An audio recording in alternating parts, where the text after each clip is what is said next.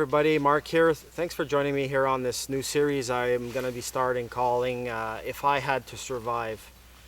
I got the idea basically, just to get a spin-off of doing some adventures back in the woods. I thought this may be a good opportunity to participate, in a different way. In no way I'm an expert survivalist, take that firsthand. I'm more of a guy who likes to experiment, get outdoors and, play around. I know if I were to be in a survival situation that I'd do everything possible to survive. Obviously, I'm sure you guys would too. The goal here is basically showing things that I've learned and some good ideas, I think, and I'd like to learn from you guys as well. If you have any ideas or suggestions, that's what it's all about here. So in any event, I want to talk a little bit about shelters. I brought with me, first of all, shelters is got to be one of the most important things when it comes down to a survival situation. I always bring one with me. Actually, I brought 3 with me. It's basically a basic tarp. Some of you saw some of my videos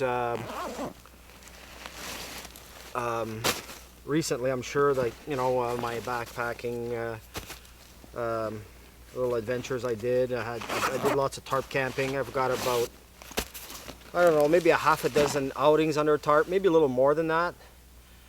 And so let's get down to the tarps here. This is a tarp integral design. It's a 9x7. I carry this with me all the time. If you're ever in a situation, it's so easy to go up. It's very light, and it'll make you be able to survive any, some rain and some wind. It's good for wind blocking. It's good for everything. I wouldn't use this tarp for camping, like a weekend tarp. I think they're too small. They're good for an emergency situation. The tarp I would jump next to would be my 8x10. This is the tarp I use for my Lake Superior Coastal Trail hike. 5 days I stayed under a tarp under snow and rain. I didn't have any bivvies. My sleeping bag was dry. It's got great coverage.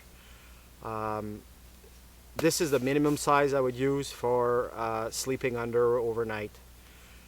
In winter, I wouldn't probably use this unless I had a bivvy, especially if there's a lot of wind coming over. Then your bag would be wet. And the king of the tarps is my Cook Custom Sewing. It's a 10x10. I use this usually with my canoe and stuff.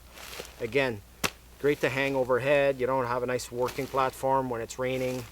But all these tarps are great to have in a backcountry backpack or outing, an emergency situation. I think they're worth their weight in gold, really. The reason I like tarps as well, I forgot to mention this, is that the energy required to make a natural shelter is quite a bit. So in a survival situation, you really want to try to not expend yourself too much, because you're gonna sweat, you're gonna need more water, and etc. And that's another benefit of having a tarp, is that it requires very little setup, and compared to a natural shelter, you would exert yourself a lot more. So I'm going to do the flying diamond pitch set, and this is how I do it. Okay, so the first thing you want to do is grab the corner of your tarp and loop a cord around it and tie it to a tree.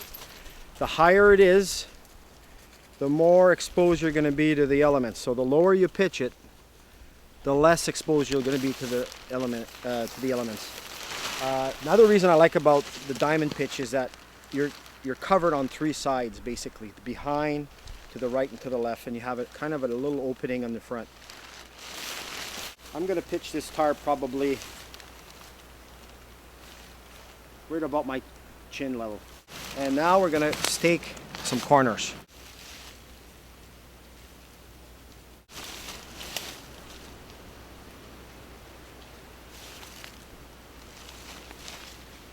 As you can see, now we're going to raise our center by attaching a cord and tying it up to a tree.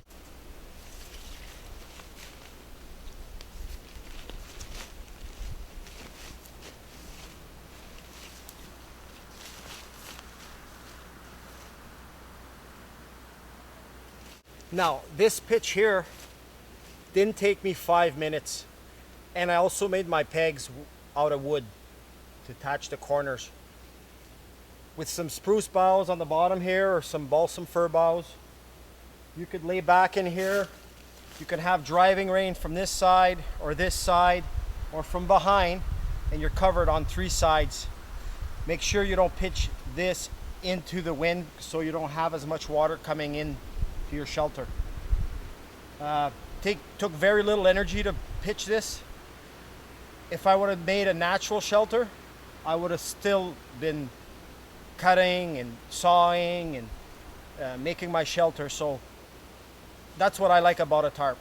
It takes very little energy, and in a survival situation, you don't want to have to exert too much energy. Okay, so let's do another pitch. This would be a fair weather pitch, and it's the basic lean-to. Well, there you go. Great shelter. If it were to rain a little bit, I'd be covered. I could make a nice fire in front here. I would have some of the heat come back here. This would be more of a fair weather shelter for me, but it will handle a little bit of rain. But the diamond pitch, in my opinion, is the ultimate in bad weather pitch for a tarp. If I were to be in a big torrential downpour, I'd do the flying diamond. The thing with this, you can adapt with a tarp very easily. These setups take 5 minutes. I could use all that extra energy to make myself get some firewood, processed firewood, for to get some warmth instead of spending all that hard energy building a natural shelter. So my advice is, if you can, get a tarp, put it in your pack. It's probably the best, for its weight, you can't ask for any better. Well guys, that's it for this week on this If I Had to Survive series. I hope you guys enjoyed it. We're going to do quite a bit more of this. I want to thank my subscribers. I know I haven't mentioned it a lot in the past, and I really appreciate your support. If you're not a subscriber, please consider subscribe. And the other thing is, God bless, have a good one, and get outdoors.